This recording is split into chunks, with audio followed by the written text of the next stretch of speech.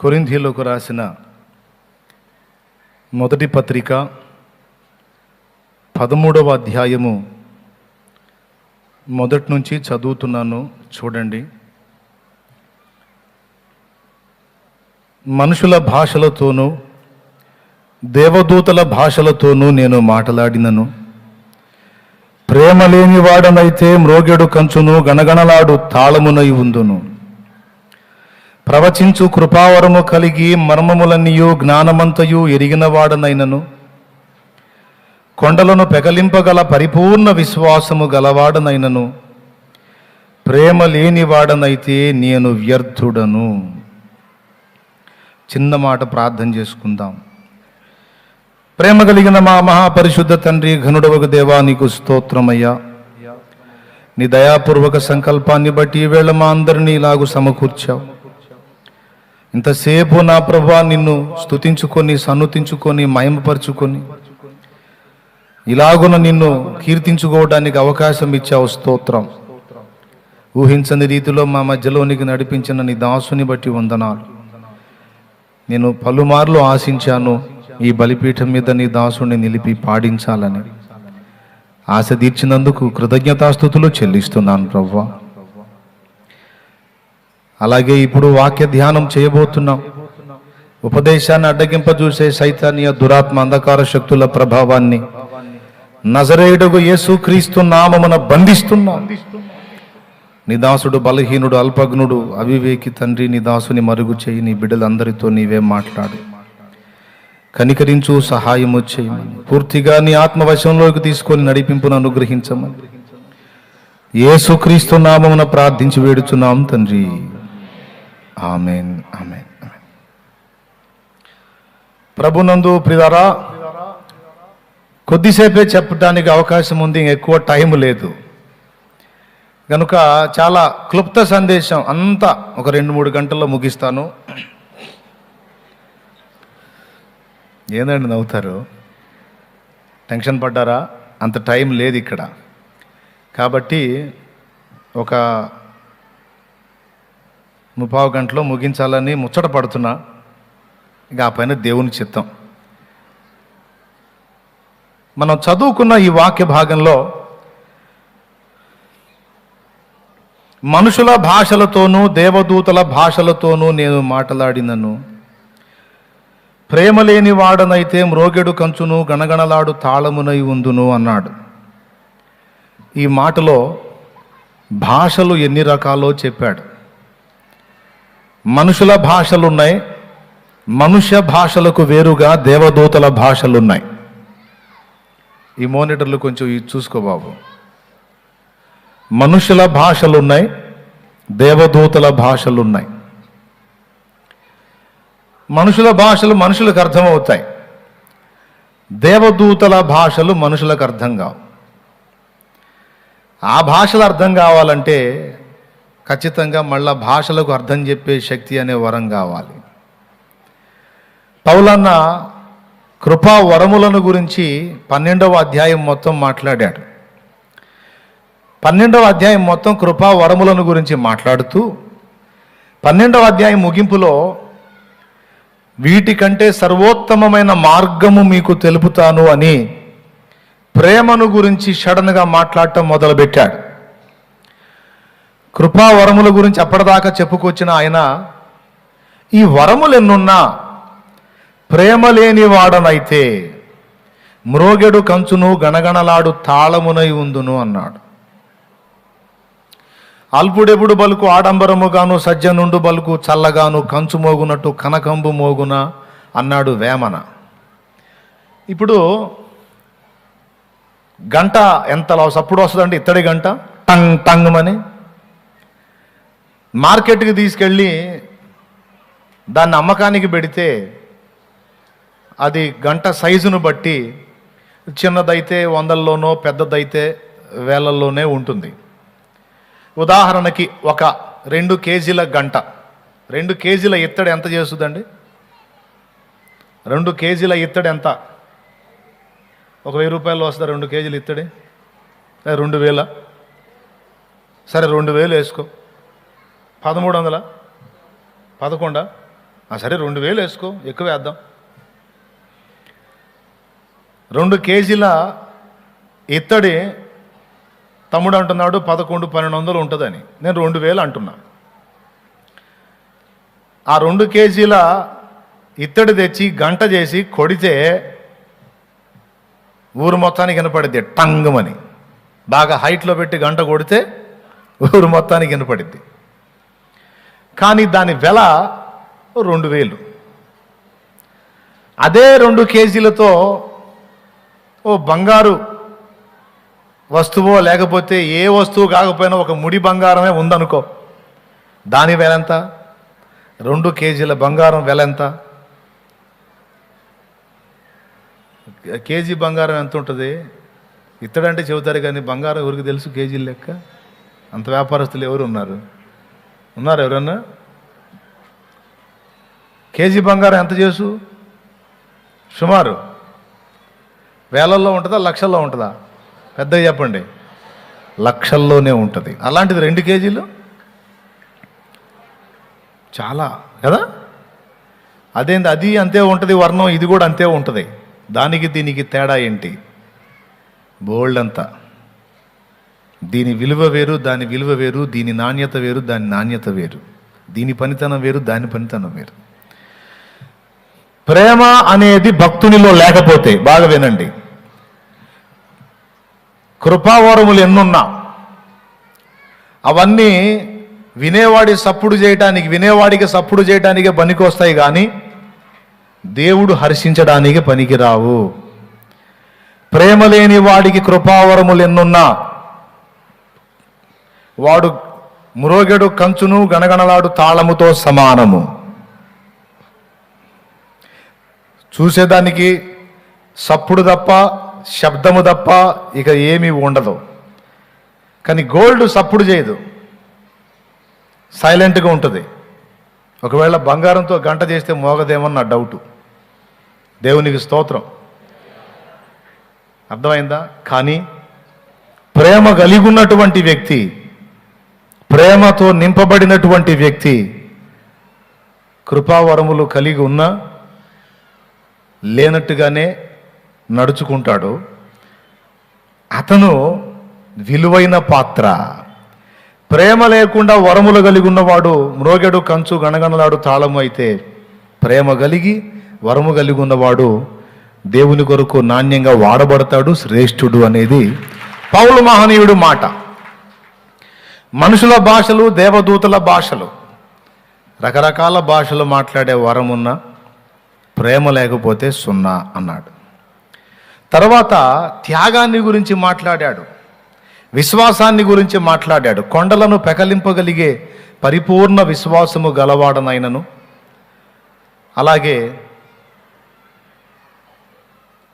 ప్రవచించు కృపావరము కలిగి మర్మములన్నీయు జ్ఞానమంతయు ఎరిగిన వాడనైనను.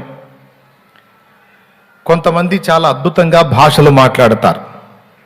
స్తోత్రం చెప్పండి అందరూ కలిసి. కొంతమంది ప్రవచిస్తారు. ఆ ప్రవచనంలో 2 రకాలు ఉన్నాయి. బైబిల్ గ్రంథంలో నిగూఢంగా దాగిన మర్మాలను వెలుపలికి చెప్పేటువంటి వ్యక్తులు కొంతమంది అయితే, దైనందిన జీవితంలో మనం వేయాల్సిన అడుగులను గురించిన జ్ఞానాన్ని నేర్పే భక్తులు కొంతమంది. ఈ ప్రవచించుట అనే దానిలో బుద్ధివాక్యం, జ్ఞానవాక్యం 2 ఇమిడి ఉన్నాయి. వాక్యోపదేశం కూడా ప్రవచించటంతో సమానమే, ప్రవచనమే. ఆ మాట బైబిలే చెప్పింది. ఇక్కడ చెప్తున్నాడు, ఏమనన్నాడు? ప్రవచించు కృపావరము కలిగి మర్మములన్నీయు జ్ఞానమంతయు ఎరిగిన వాడనైనను. మర్మములన్నీ అంటే మరుగై ఉన్నటువంటి సంగతులన్నిటిని వెలికి తీసి చెప్పేది బుద్ధివాక్యము. అప్పటి కాలపు పరిస్థితులను అనుసరించి మనుషులు ఇప్పుడు ప్రస్తుత టైంలో ఎలాంటి అడుగులు వేయాలో నేర్పించేది జ్ఞానవాక్యము అన్నారు పెద్దలు. ఈ 2 దేవుడిచ్చే కృపావరాలు 9 2 ఉన్నాయి. ఇవి కూడా ఈ 2 బోధించే వరములే, ఎదుటి వాళ్లకు వాక్యం చెప్పే వరములే. వీటిని ప్రవచనము అన్నాడు. కాబట్టి నేను ఎదుటి వాళ్ళకి బుద్ధివాక్యం చెప్పినా, జ్ఞానవాక్యం చెప్పినా, ప్రేమ లేని వాడనైతే వ్యర్థుడను అన్నాడు. అంటే అన్నిటికంటే మేజర్గా, ముఖ్యంగా, శ్రేష్టంగా మనం దేన్ని కలిగి ఉండాలి అనే మాట పౌలు మహనీయుడు మనకు అందిస్తున్నాడు. అంటే ప్రేమ. ఎందుకు ప్రేమకు అంత ప్రయారిటీ ఇచ్చాడు, ప్రేమను ఎందుకు అగ్రస్థానంలో పెట్టాడు అన్నది ప్రశ్న. ఎందుకో చెప్తా. ప్రేమ అనేది ఒక వ్యక్తిలో సహజంగానే ఉంటుంది. ప్రేమ రెండు రకాలు. మనస్తత్వ సంబంధంగా ఏర్పడేటువంటి ప్రేమ, ఇది జంతువుల్లో కూడా ఉంటుంది. జంతువులకు ప్రేమ ఉంటుంది తెలుసా? ఒక గొర్రె పిల్ల, తల్లి గొర్రె పిల్ల, ఆ గొర్రె పిల్లను నువ్వు చేతులకు ఎత్తుకో, తల్లి గొర్రె నీ దగ్గరకు వచ్చి పొడవదు, కానీ దీనంగా అరుస్తూ దాని బిడ్డను ఎటు తిప్పితే అటు తిరుగుతూ ఉంటుంది. ఎంతమందికి తెలుసు? అరుస్తా మనం ఆ పిల్లని అటు తీసుకెళ్ళామనుకో, అది మేత మీద తల్లి, ఆ పిల్ల వెంటే బడి వస్తుంది. మనం ఎటు తీసుకెళ్తే అటు, ఎటు తిప్పితే అటు, పాపం అది కూడా అమాయకంగా తిరుగుతూ ఉంటుంది. వాస్తవంగా నోరు లేని గొర్రె అంటారు కదా, అది చాలా దీనమైనటువంటి జీవి. తన బిడ్డ మీద తనకి ఎంత మమకారం ఉందో ఆ గొర్రె చూపిస్తుంది. దానిలో కూడా ప్రేమ ఉంది. సకల జంతువులు తమ పిల్లల్ని ప్రేమిస్తాయి దాదాపు, నాకు తెలిసి. ఇక మనుషులు కూడా, యేసుప్రభుని ఎరిగినోడైనా ఎరగనోడైనా తన సంబంధుల్ని తప్పకుండా ప్రేమిస్తాడు. కనీసం ప్రజల్ని దోచుకునే గజ దొంగ సైతం తన భార్య పిల్లల్ని ప్రేమిస్తాడు. అతి క్రూరంగా హత్యలు చేసి ప్రాణాలు తీసే దుర్మార్గుడు సైతం తన ఇంటి వారిని ఖచ్చితంగా ప్రేమించేవాడై ఉంటాడు. అవునా కాదా? మనుషుల్లో సహజంగానే ప్రేమ అనే భావోద్రేకం ఉంటుంది. ఎందుకంటే ఈ భావోద్రేకం మనస్సులో ఉంటుంది, ఈ మనస్సు ప్రాణంలో ఉంటుంది. దేవునికి స్తోత్రం కలుగును గాక. జంతువులు కూడా ఆ భావోద్రేకం ఉంది. వాటికి ఆత్మ లేదు కానీ ప్రాణం ఉంది. గనుక ఆ ప్రాణములో ఈ మనస్సు, అందులో భావోద్రేకం అనేవి జంతువు కూడా కనపడతాయి. అయితే వాటికి మనకి పెద్ద తేడా ఏంటంటే వాటికి ఆత్మ లేదు, మనకి ఆత్మ ఉంది. బాగా వినండి. అయితే జంతువులు, కొంతమంది దేవుని ఎరగని మనుషులు కలిగి ఉండే ప్రేమ వేరు. క్రీస్తు యేసునందు మనం కలిగి ఉండాల్సినటువంటి ప్రేమ వేరు. ఆ ప్రేమకి ఈ ప్రేమకి పూర్తి వ్యత్యాసం ఉంది, చాలా వ్యత్యాసం ఉంది. ఎందుకంటే ఈ ప్రేమ, క్రీస్తు యేసునందు మనకు లభించిన ప్రేమ స్వభావ సిద్ధంగా మనలో పుట్టింది కాదు. మరి ఎలా వచ్చింది అంటే దేవుని పరిశుద్ధాత్మ మూలముగా దేవుని ప్రేమ మన హృదయములలో కుమ్మరించబడింది అన్నాడు. ఎక్కడన్నాడో చెబుతారా? 3 అంకెలు లెక్క పెడతా. 1,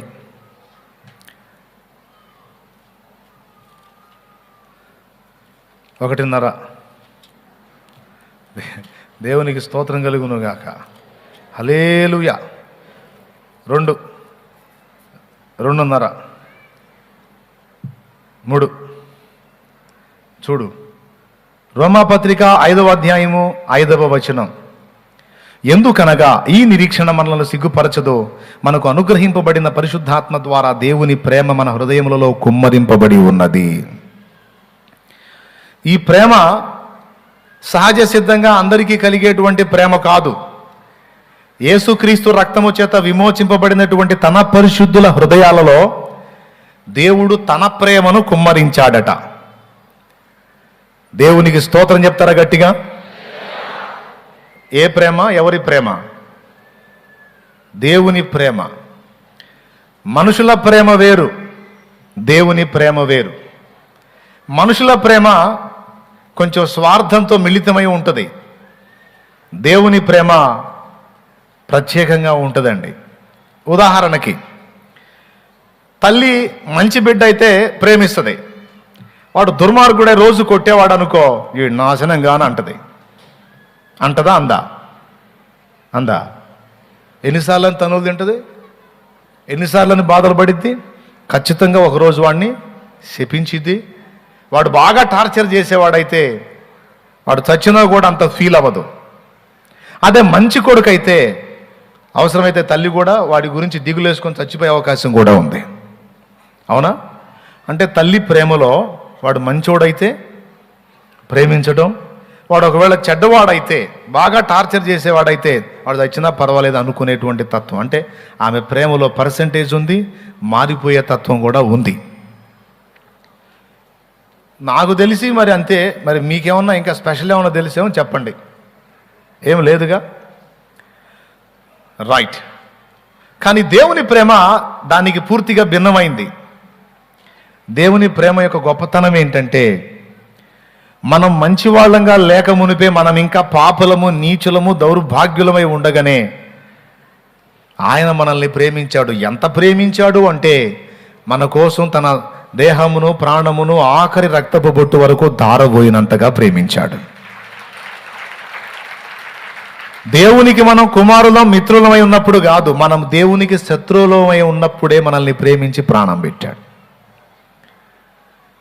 ఓ భక్తుడు పాడాడు, మంచివారినే ప్రేమించుట మాకిలలో సాధ్యము కాదే, మంచి కార్యములు చేయు స్వభావం మా లోపల కనరాదే, మంచితనమన్నదే లేని వంచకుని ప్రేమించావా, మహిమను విడిచావా, ధరణికి వచ్చావా అని యేసయ్యను గురించి పాడాడు ఒక భక్తుడు. నిజమే, యేసయ్య భూమి మీదకి వచ్చి చేసినటువంటి ప్రాణత్యాగం, శిలువ యాగం వెనక దైవ ప్రేమ దాగి ఉంది. దేవునికి స్తోత్రం. ప్రేమ మెయిన్గా తీసుకోండి, ప్రేమను కలిగి ఉండటానికి జాగ్రత్త పడండి అని ఈ ఒక్క చోటే కాదు, 14వ అధ్యాయం 1వ వచనంలో కూడా ప్రేమ కలిగి ఉండుటకు ప్రయాసపడండి అన్నాడు. 1 కొరింథీ పత్రిక 14వ అధ్యాయం 1వ వచనం ఉందా లేదా? ప్రేమ కలిగి ఉండడానికి ప్రయాసపడండి అన్నాడు. హెబ్రీ పత్రిక 13వ అధ్యాయం 1వ వచనంలో సహోదర ప్రేమ నిలవరముగా ఉండనీయండి అన్నాడు. ఒకటేమన్నాడు, ప్రేమ సర్వోత్తమ మార్గం అన్నాడు. రెండేమన్నాడు, ప్రేమ కలిగి ఉండటానికి కష్టపడండి అన్నాడు. మూడవది ఏమన్నాడు, సహోదర ప్రేమ నిలవరముగా ఉండనీయండి అన్నాడు. దేవునికి స్తోత్రం, హల్లెలూయా. అంటే ఇలాంటి వచనాలు ఇంకా అనేకములు ఉన్నాయి బైబిల్లో ప్రేమను గురించి మాట్లాడినవి. చాలామంది మిగిలిన విషయాలు చూస్తారు కానీ ప్రేమ గురించి మాట్లాడిన సంగతులు అంత సీరియస్గా తీసుకోరు. కానీ నువ్వు కోరుకున్నటువంటి సకల వరాలు, లేకపోతే ఆత్మఫలములోని సకల విషయాలు అంతా ప్రేమ యందే నిక్షిప్తమై ఉన్నాయి, ప్రేమ వలననే కార్యసిద్ధి పొందుతాయి అనేటువంటి విషయం దేవుడు తన గ్రంథంలో స్పష్టంగా తెలియజేస్తూ ఉన్నాడు. ప్రేమ లేని వాడికి వరములున్నా వ్యర్థమే. వినండి, జాగ్రత్తగా వినండి. ప్రేమ లేని వాడికి వరములున్నా వ్యర్థమే, టాలెంట్స్ ఉన్నా వ్యర్థమే. ప్రేమ ఉన్నవాడికి వరం ఉంటే అది సార్థకం అవుతుంది. ఎందుకంటే ఉదాహరణకి నేను చక్కగా మాట్లాడి ఎదుటి వాళ్ళని ప్రభావితం చేయగలుగుతా. ఆ టాలెంట్ లేక ఆ గిఫ్ట్ దేవుడు నాకు ఇచ్చాడు. కానీ సాటి మనిషి మీద నాకు ప్రేమ లేదు. బాగా వినాలి, సాటి మనిషి మీద నాకు ప్రేమ లేదు. ఎవడెట్ట సస్తే నాకెందుకు అనుకునే టైపు నేను. ఈ మైండ్ వేసుకున్న నేను మరి ఎదుటి వాళ్ళ క్షేమానికి, వాళ్ళ రక్షణ కోసం నాకు ఇవ్వబడిన దాన్ని నేను వినియోగిస్తానా? వినియోగించను. ఒకవేళ నాకు ఆ టాలెంట్ ఉన్నా దాన్ని నా స్వార్థానికి, నా ఆనందానికి, నా లాభప్రాప్తికి వాడతాను తప్ప సహోదరుల కొరకు వాడను. చాలామంది దేవుని ముందు మోకాళ్ళుని, దేవా నీ కొరకు వాడబడినట్లు నాకు వరమిమ్మయ్యా, నాకు వరములి అయ్యా అని ప్రార్థించే వారిని కొంతమందిని నేను గుర్తించాను. కొంతమంది పర్టికులర్గా దేవుని ముందు మోకాళ్ళుని, నాకు ఆ వరం ఇవ్వు, నాకు ఈ వరం ఇవ్వు. 9 కృపావరాల్లో అందరూ భాషలు మాట్లాడుతున్నారు ప్రభువా, నాకు భాషల వరమి అని అడిగే వాళ్ళు ఉన్నారు. ప్రవచనం చెప్పే వరమీయ్యా అనే వాళ్ళు ఉన్నారు. బుద్ధివాక్యం, జ్ఞానవాక్యం, ఎదుటి వాళ్ళకు వాక్యం ప్రకటించే జ్ఞానమీయ్యా, ఆ గిఫ్ట్ అయ్యా, ఆ వరమీయ్యా అని అడిగే వాళ్ళు ఉన్నారు. దేవుణ్ణి వరములు కోరుతున్న వ్యక్తులను దేవుడు గమనిస్తాడు. దేని విషయంలో తెలుసా? వరములు అడుగుతున్న ఈ వ్యక్తులకు అంతరంగంలో నా ప్రేమ ఉందా లేదా అనేది ఖచ్చితంగా చూస్తాడండి. ఆయన ప్రేమ వాళ్ళలో కనపడింది అనుకో, వీళ్ళలో నా ప్రేమ ఉందని గుర్తించాడు అనుకో, తప్పకుండా గిఫ్ట్ ఇస్తాడు. ఒకటి కాదు, ఎక్కడ ఏ వరం అవసరమో ఆ వరం నీకు అనుగ్రహించి వాడుకుంటాడు ఆయన. దేవునికి స్తోత్రం కలుగునుగాక. గట్టిగా చెప్దాం, హల్లెలూయా. దేవుని ప్రేమ ఒక వ్యక్తి హృదయంలో దేవునికి కనబడలేదనుకో, ఇవి ఎంత మొత్తుకున్నా గిఫ్ట్ ఇవ్వడం. ఎందుకంటే అది ఇచ్చినా ఇది నిష్ప్రయోజనం అవుతుంది. అనవసర పనులు దేవుడు చెయ్యడు. కాబట్టి వరము ఉన్నప్పటికీ అది వాడబడాలి అంటే వ్యక్తిలో ముందు ప్రేమ నిండి ఉండాలి.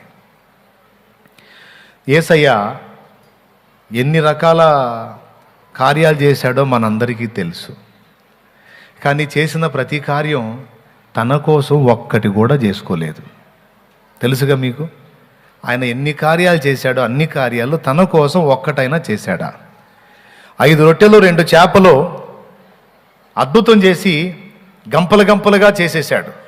ఎవరి కోసం అంటే తన కోసం కాదు, తన వాక్యం వినడానికి వచ్చిన బిడ్డల ఆకలి తీర్చడం కోసం. తన కోసం చేసుకోమన్నాడు సైతాను.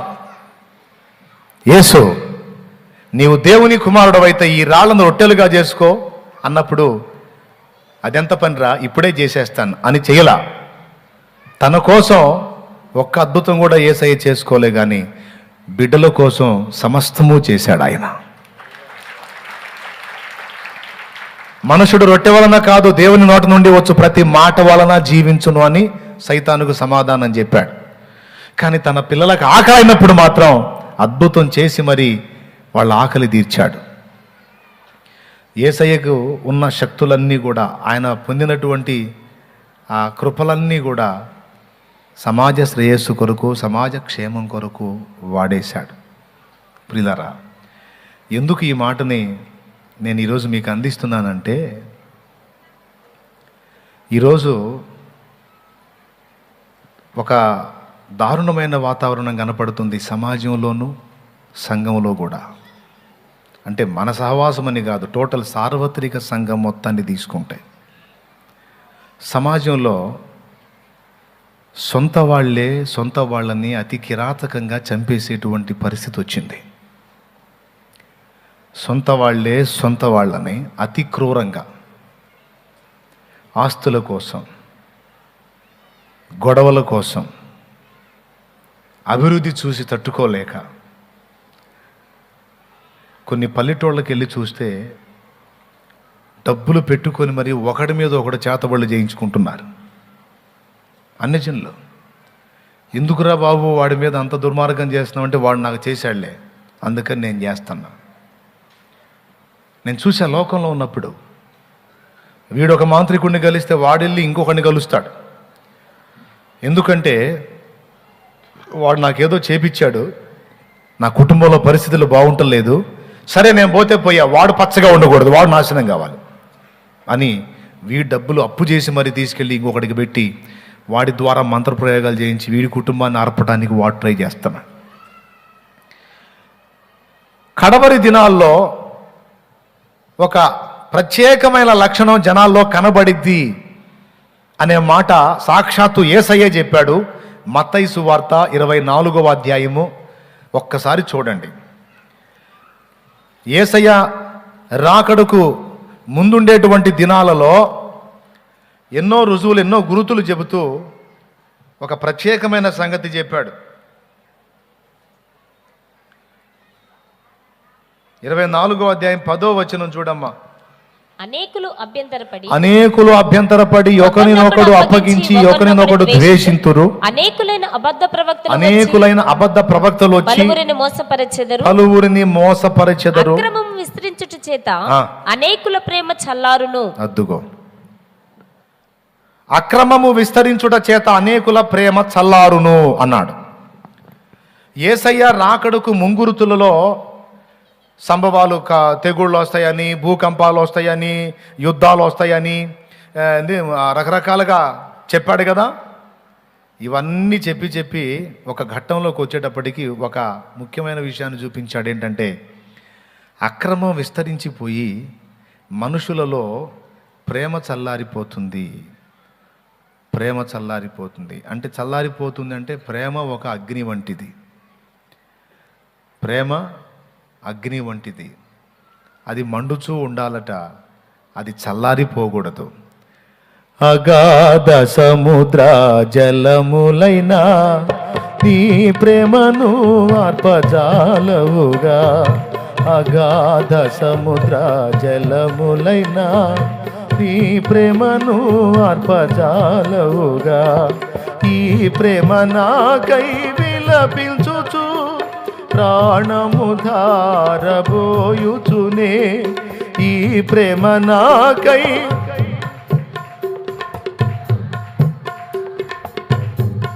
అగాధ సముద్ర జలములో ఆర్పజాలని ప్రేమ జ్వాల. యేసయ్య ప్రేమ అలా పోల్చాడు పరమగీతంలో.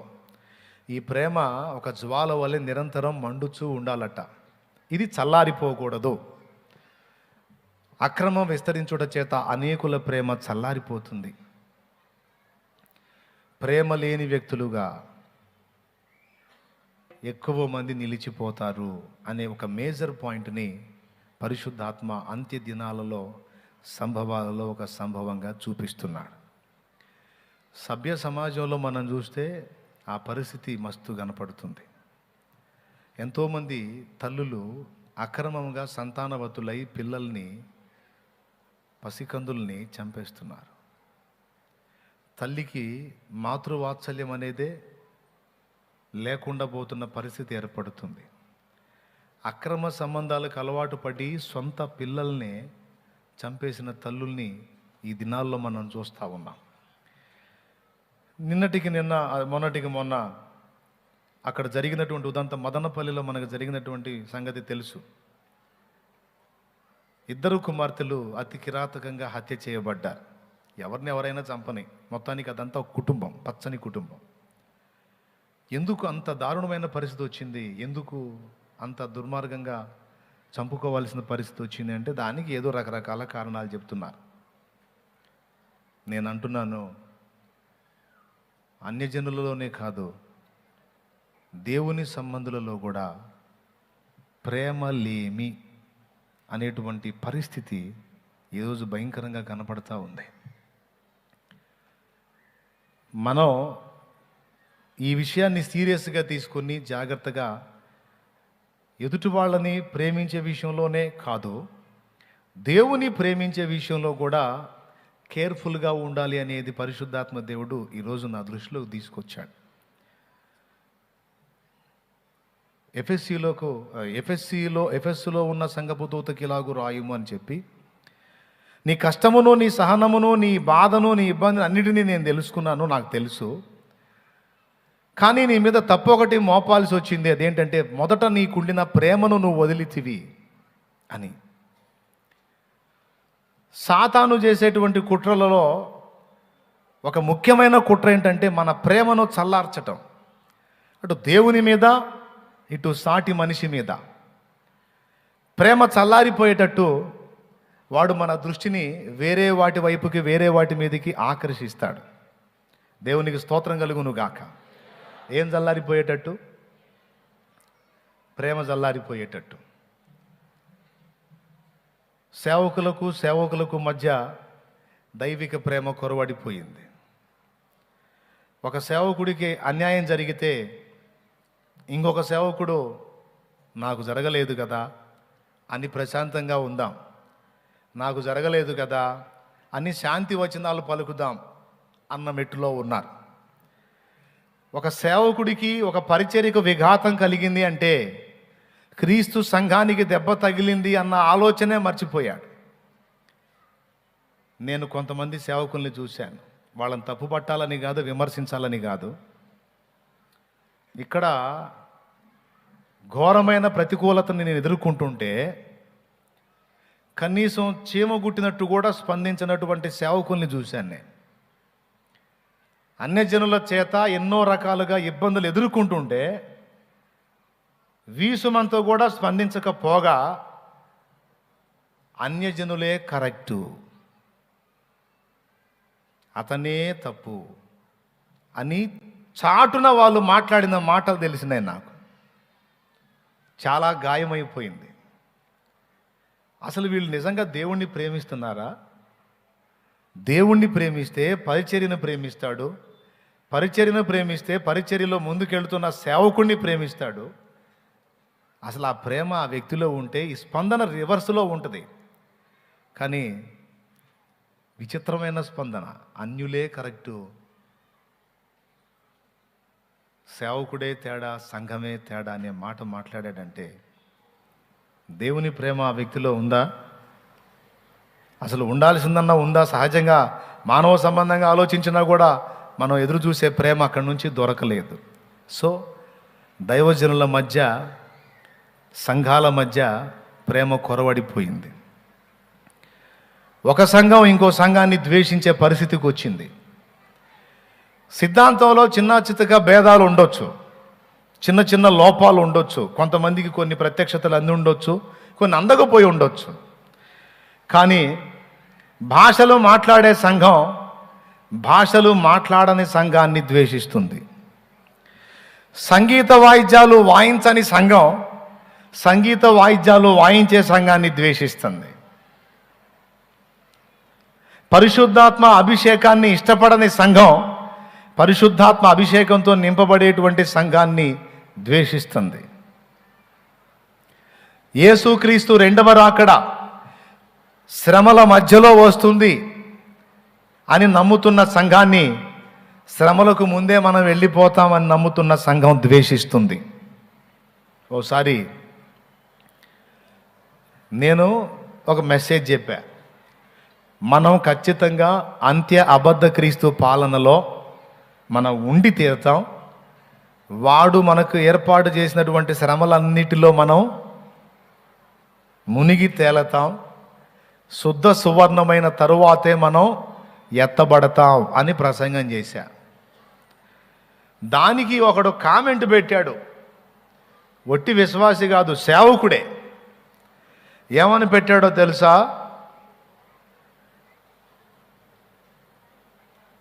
నేను బోధించేటువంటి బోధ వంచనతో కూడిన బోధయట. మనుషుల దగ్గర నుండి సొత్తును అపేక్షించి వంకర బోధ చేస్తున్నాడు, వంచన బోధ చేస్తున్నాడు, అబద్ధ బోధ చేస్తున్నాడని కామెంట్ పెట్టాడు. నాకు ఆశ్చర్యం, వీడెవడ్రా దౌర్భాగ్య శిఖామణిలాగా ఉన్నాడు. శ్రమలు ఉండవు, మనకి లైఫ్ హాయిగా ఉంటుంది, ఏ నొప్పి లేకుండా మనం పరలోకం పోతామంటే అది వంచనతో కూడిన బోధ. ఇప్పుడు నీకు అన్ని మేలులు జరుగుతాయి, అన్ని సుఖాలు వస్తాయి, అనుకున్నవన్నీ జరుగుతాయి అంటే ఎవడైనా ఎగిరి గంతేసి ఏదన్నా మనకు తోడ్పాటు అందించడానికి, ఏదన్నా ఆర్థికంగా సపోర్ట్ చేయడానికి ఇష్టపడతారు. ఒరే బాబు నీకు అగచాట్లున్నాయని చెబితే ఎగిరి గంతేసి అబ్బా భలే మాట చెప్పారు అయ్య గారు అని కానుక ఎవడన్నా చేతిలో పెడతాడా? పొరపాటును కూడా పెట్టాడు. ఇదేవట్రా బాబు ఎప్పుడు వచ్చింది అగచాట్లు తప్పు అని చెప్తాడని ఏదన్నా వేద్దామని అనుకున్నది కూడా, ఏదన్నా చేతిలో పెడదాం అనుకున్నది కూడా పెట్టకుండా ఎగ్గొట్టిపోతాడు. అది ఏం మాట్లాడాడో, ఏం కామెంట్ పెట్టాడో నాకు ఎప్పటికీ ఆశ్చర్యంగా ఉంది. అంటే అతను ఏ సహవాసాన్ని నడుపుతున్నాడంటే శ్రమలకు ముందే సంఘం వెళ్ళిపోయిద్దనే సహవాసాన్ని ఆయన నడుపుతున్నాడు. నేను చెప్పిన మాట ఆయన ఆలోచనకి, ఆయన విన్న బోధకి భిన్నంగా ఉండేసరికి నచ్చక నేనేంటి, నా ఆత్మీయ మెట్టేంటి, దేవుడు నాకు తోడై ఉన్న విధమేంటి అనేది గుర్తెరగకయే భయంకరంగా ద్వేషించి దూషించి మాట్లాడాడు. నాకు అర్థమైంది ఎట్లాగా అయిపోయింది అంటే, సేవకుల మధ్య స్పర్ధ, సంఘాల మధ్య ద్వేషం. ఒక మాట చెప్తా, నిజంగా దేవుణ్ణి ప్రేమించే మనస్సున్నవాడు ఎవడైనా, నిజంగా దేవుణ్ణి ప్రేమించే మనసున్నవాడు ఎవడైనా తొందరపడి నోరు జారి సాటి సహోదరుణ్ణి ద్వేషించడు. వాడికి ఏదైనా విషయం అర్థం కాకపోతే చెప్పటానికి, అర్థమయ్యేటట్టు చెప్పటానికే ప్రయత్నిస్తాడు కానీ దూషణ దుర్భాష ఆడి తృణీకారంగా వ్యవహరించడు. ఈరోజు చాలామందిలో నేను గుర్తించాను, అది నాలో కూడా ఉండకుండా జాగ్రత్త పడాలని నేను సాధన చేసుకుంటున్నాను. ఏంటంటే దేవుణ్ణి ప్రేమించే విషయంలో వెనక్కి జారిపోవటం. దేవునికి స్తోత్రం కలుగును గాక. దేవుణ్ణి ప్రేమించే విషయంలో వెనక్కి జారిపోయారండి. అందుకే దేవుని సంబంధుల్ని గుర్తుపట్టడం కానీ, సాటి సహోదరులను అర్థం చేసుకొని మాట్లాడటం కానీ లేదు. ఒకడినొకడు మొన్నటిదాకా కరోనా వచ్చింది, అందరూ సైలెంట్గా ఉన్నారు. ఇప్పుడు కరోనా పోయింది, మళ్ళా సంఘాలన్నీ రన్నింగ్లోకి వచ్చాయి. మళ్ళా ఇక ఒకడినొకడు విమర్శించడం, ఒకరినొకడు తృణీకరించుకోవడం, ఒకడి మీద ఒకడు వ్యతిరేకంగా మాట్లాడి ఇక సిద్ధాంత సంబంధమైన అయోమయం మళ్ళా స్టార్ట్ అయింది. దేవుని వాక్యం చెబుతుంది, ప్రేమ కలిగి సత్యము చెప్పుచూ ముందుకు సాగాలి అని. సత్యం చెప్పు, ప్రేమ కలిగి చెప్పు, ద్వేషిస్తూ చెప్పొద్దు. నన్ను వెంబడించే వాళ్ళందరికీ కూడా నేను చెప్తున్నా, 2 సంగతులలో మీ ప్రేమ చల్లారకుండా జాగ్రత్త పడండి. ఈ మాటతో నేను ముగిస్తా. మొట్టమొదటిది, దేవుణ్ణి ప్రేమించే విషయంలో మీరు ఎప్పుడూ చల్లారిపోకుండా చూసుకోండి. రెండవది, సాటి వారిని ప్రేమించే విషయంలో మీరెప్పుడూ చల్లారకుండా జాగ్రత్త పడండి. దేవుణ్ణి అంటూ ప్రేమించడం జరిగితే ఆటోమేటిక్గా రెండవది కూడా నువ్వు జరిగిస్తావు. దేవుణ్ణి ప్రేమించకపోతే పొరుగువాడిని ప్రేమించలేవు. దేవుణ్ణి ప్రేమిస్తేనే పొరుగువాడిని ప్రేమిస్తావు. ప్రేమ అనేది నేను కలిగి ఉండకపోతే నాకెన్ని వరాలు ఉన్నా వేస్ట్ గానే అన్నాడు పౌలు మహనీయుడు. ప్రతి మనుషుడు తన యందు దేవుని ప్రేమ కలిగి ఉన్నాడో లేదో పరిశీలించి చూసుకోవాలి. దేవునికి స్తోత్రం కలుగును గాక. హల్లెలూయా. నాలో దేవుని పట్ల ఆసక్తి ఉందా, తగ్గిందా? అంతకు మునుపులాగానే నేను దేవుణ్ణి ప్రేమిస్తున్నానా, లేకపోతే దేవుని స్థానంలో మర్యాదైనా వచ్చింది, మరెవరినైనా ప్రేమిస్తున్నానా? దేవుణ్ణి గాక మనం ఏది ప్రేమించినా దేవుని కంటే ఎక్కువగా అది మనకు విగ్రహం అవుతుంది. దేవుని కంటే ఎక్కువగా, దేవుని కంటే ఘనంగా మరి దేనిని మనం ఎంచరాదు. దేవుని కంటే ఉన్నతంగా మనకేది ఉండకూడదు. అన్నిటికంటే పైన దేవుడే ఉండాలి.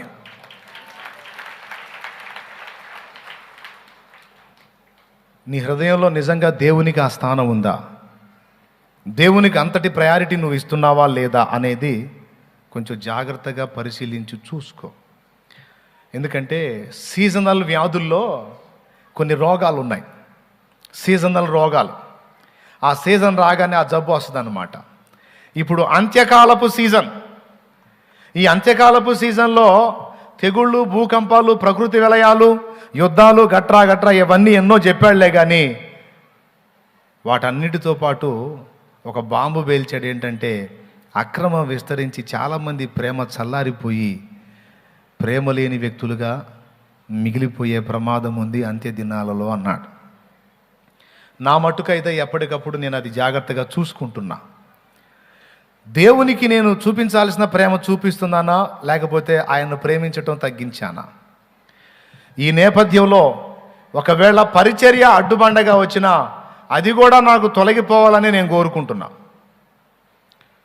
దేవునికి నాకు మధ్య ఒకవేళ పరిచర్య, సంఘం, మనుషులు అనేవాళ్ళు అడ్డొచ్చినా వాళ్ళను కూడా కోల్పోవడానికి నేను ఇష్టపడుతున్నా. ఎందుకంటే మొట్టమొదట ఆయన, ఆ తరువాత ఆయన ఇచ్చినటువంటి పిల్లలు. స్తోత్రం చెప్పండి, గట్టిగా చెప్పండి. మొట్టమొదట ఎవరు? నాకు దేవుడు, తర్వాత ఆయన ఇచ్చిన పిల్లలు. కానీ ఏం జరుగుతుంది? కొద్ది రోజుల తర్వాత దేవుణ్ణి పక్కన పెట్టి అంతా పిల్లలే అన్నట్టు అవుతుంది. అలా కాకుండా దేవుని స్థానం ఎప్పటికీ తగ్గిపోకుండా ఒకవేళ దేవుని స్థానం అంతా తీసుకొచ్చి సంఘానికి ఇచ్చాను అనుకో, సంఘము నాకు ఒక విగ్రహంతో సమానమే. యెహెజ్కేలు గ్రంథము 14వ అధ్యాయంలో చేతులతో మనం చెయ్యని విగ్రహారాధన గురించి మాట్లాడుతున్నాడు. ఒక్కసారి చూడండి. యెహెజ్కేలు గ్రంథము 14వ అధ్యాయము 3వ వచనం చూడు. నరపుత్రుడా, ఈ మనుషులు తమ హృదయములలో విగ్రహములనే నిలుపుకొని దోషము పుట్టించు అభ్యంతరమును తమ ఎదుటనే పెట్టుకొని ఉన్నారు. వీరు నా యొద్ద ఏమైనా విచారణ చేయదగునా? దేవునికి స్తోత్రం కలుగును గాక. ఎక్కడ పెట్టుకున్నారు విగ్రహాలని? మనసున పెట్టుకున్నారు.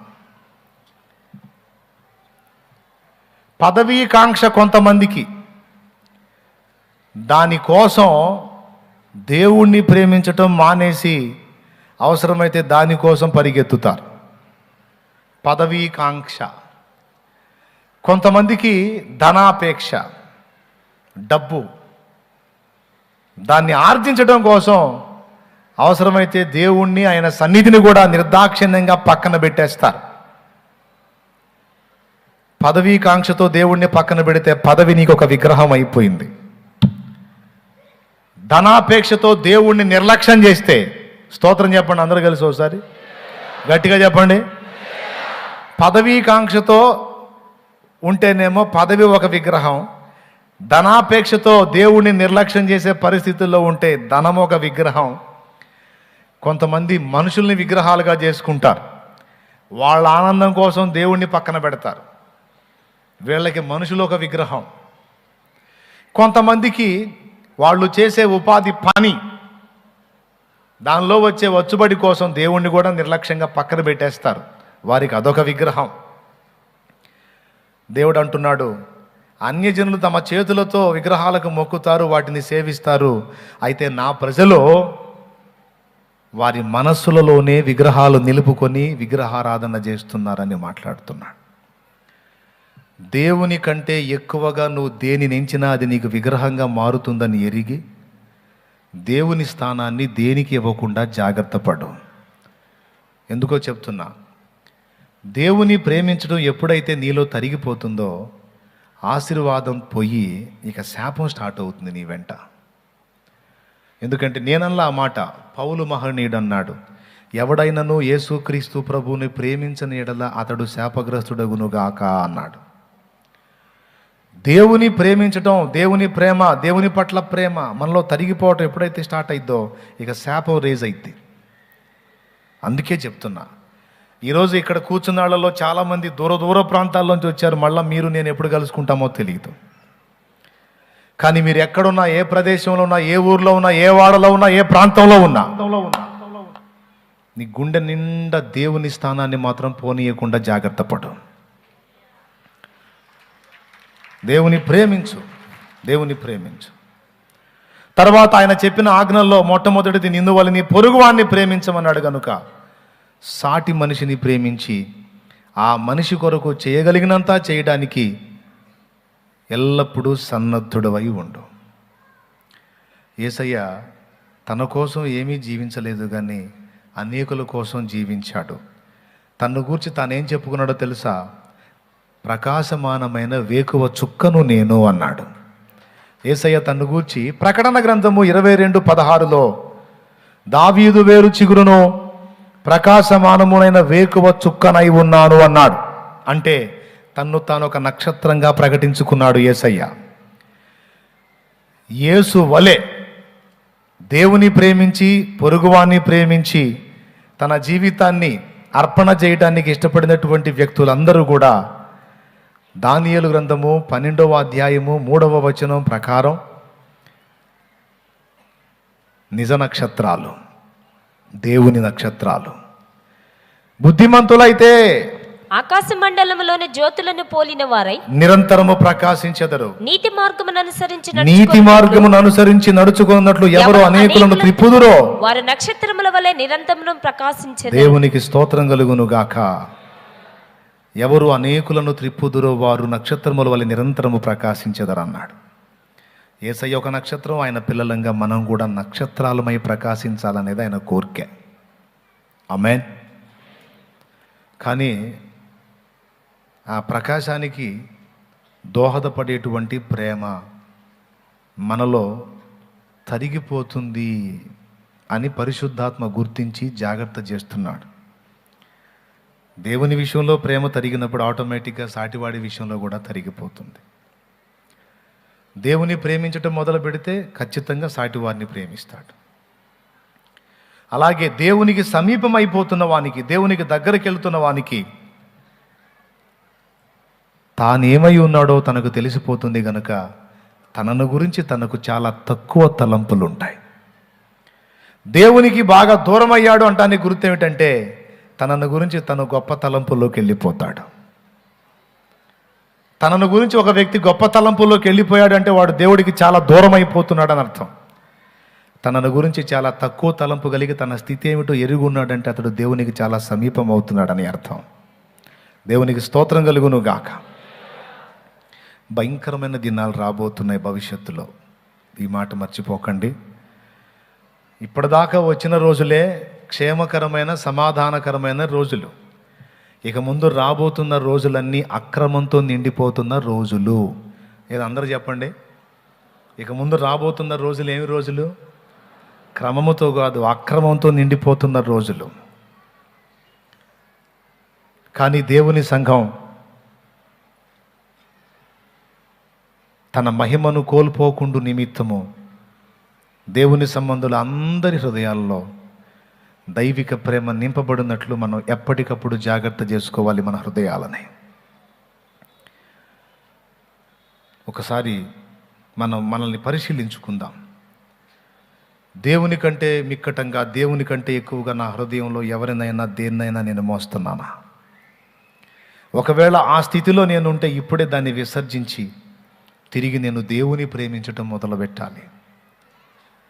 సాటివారి విషయంలో ఆ ప్రేమను కోల్పోయి అన్యాయపు తీర్పు తీర్చి సాటివారికి నా వల్ల జరగాల్సినటువంటి సహాయం జరగకుండా నేను నిర్లక్ష్య వైఖరి కలిగి ఉన్నానా?